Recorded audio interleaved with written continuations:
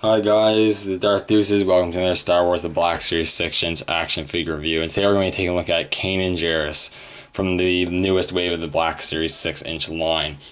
This is a figure I've been really wanting for a while now. I feel like I'm the last person to get it, but I have finally gotten it. Very happy I have. Kanan has definitely grown on me from watching the Rebels now for a little while. He is definitely one of my favorite characters from that show. He's a really cool Jedi. I like the concept and all that jazz. I think he's really cool.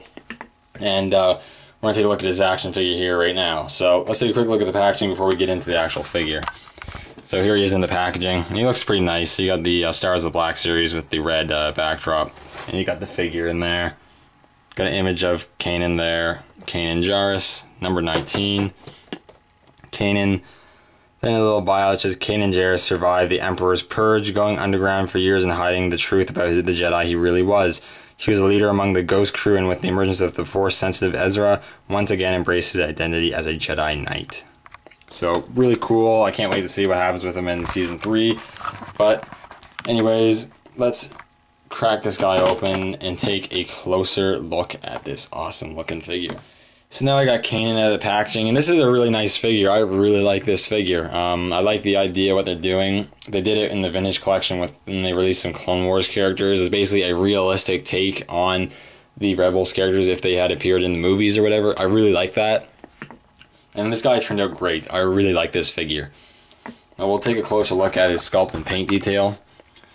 Take a closer look at the head sculpt, and the head sculpt is really nice. I really think it does capture the look of Kanan. He has a nice kind of sort of neutral but slightly grinning expression. I really do like that. He's got the goatee sculpted and painted on the chin there, which is really nice. The eyes are painted quite well. I like that a lot. Eyebrows. And nicely sculpted hair with the ponytail painted really nicely with a nice dry brush with a lighter brown to bring out some more detail. And looks really, really good. I really like that.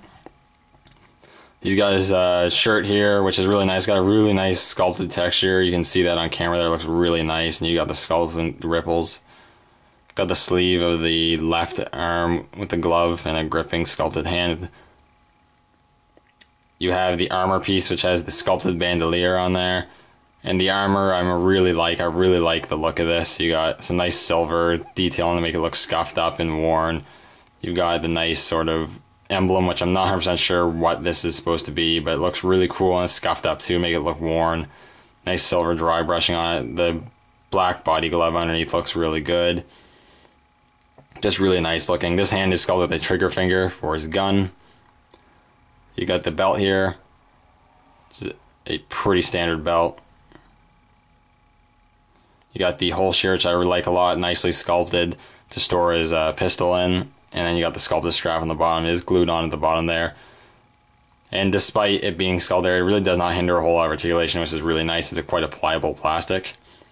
Then you got the nicely sculpted pants.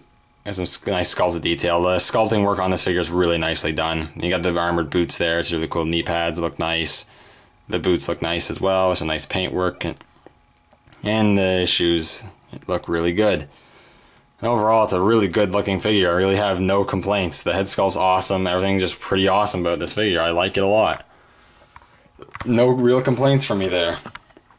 In terms of articulation, he's also pretty good. You got standard Black Series articulation. You do have a ball jointed head with a hinge, so you can actually look up a lot higher than I thought he was going to with his ponytail. Look down a fair amount. No real head pivot, but you do have rotation. Ball hinges at shoulders move to about 90 degree. Ball hinge, single hinge at the elbow, which rotates and has 90 degree.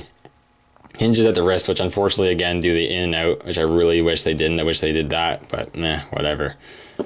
He does have this hinders articulation to that shoulder a little bit, but not a whole lot, because this is a bit pliable, which I do like a lot. That's really cool. You do have a torso joint, which rotates, but barely any up movement and barely any down movement, which kind of sucks. Ball hinges at the hips, so you have, your out, which moves out a decent amount.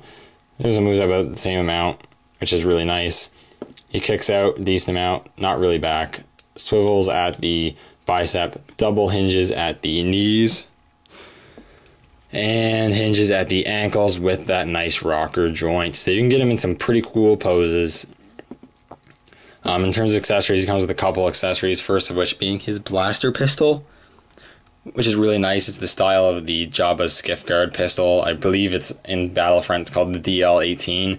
I did actually unlock it. It's a cool gun. But it's basically painted in like this gunmetal sort of color with a nice black wash over it, which makes it look really nice. It's a nice looking gun. I do like it a lot. He holds it well in his right hand because it has the trigger finger. He can hold it in his left, but it doesn't look as good. And it does slot right into the holster and it looks pretty cool. I like that a lot. And it's not really falling out, which is also really nice.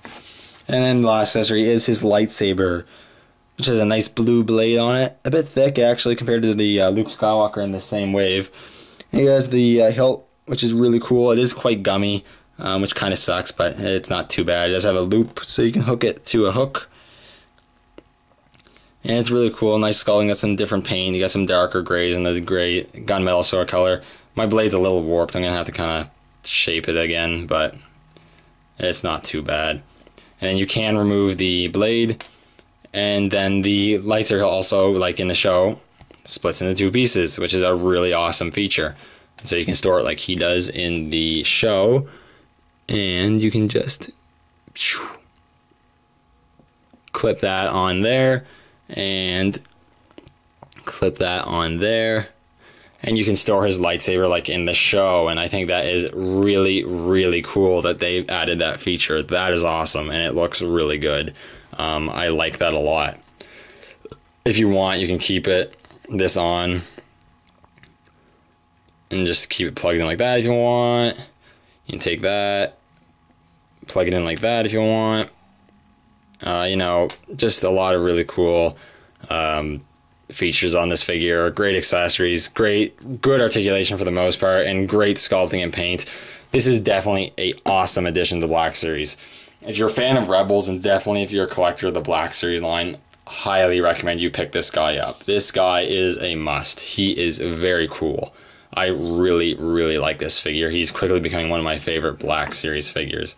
Highly recommend it. Anyways, thank you guys so much for watching. Always appreciate it. Leave a comment down below. Tell me what you think. And I will see you all in the next video. Thank you guys again so much for watching.